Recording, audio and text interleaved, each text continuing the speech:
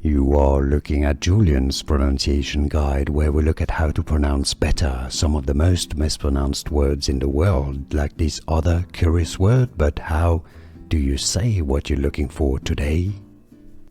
Let's learn how to pronounce this word once and for all correctly. I know it's a confusing one because it comes from French, so we're gonna listen to the French pronunciation first and then how it's pronounced in English. If you want to learn more vocabulary, stay tuned. I've got more pronunciation videos for you.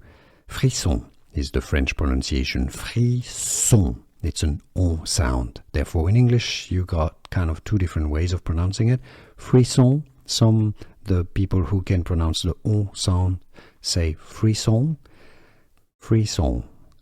Or some cannot pronounce that word or are not comfortable with that pronunciation, and they can say it as frisson, frisson. That's also correct, because in French, again, the pronunciation is frisson. So frisson or frisson. Did you get this? Can you pronounce that correctly? Let me know in the comments. See you soon. Here are more videos on how to pronounce more confusing words and names too many mispronounced. Like this video if you found it useful. I appreciate your support. I'll see you soon and thanks for watching.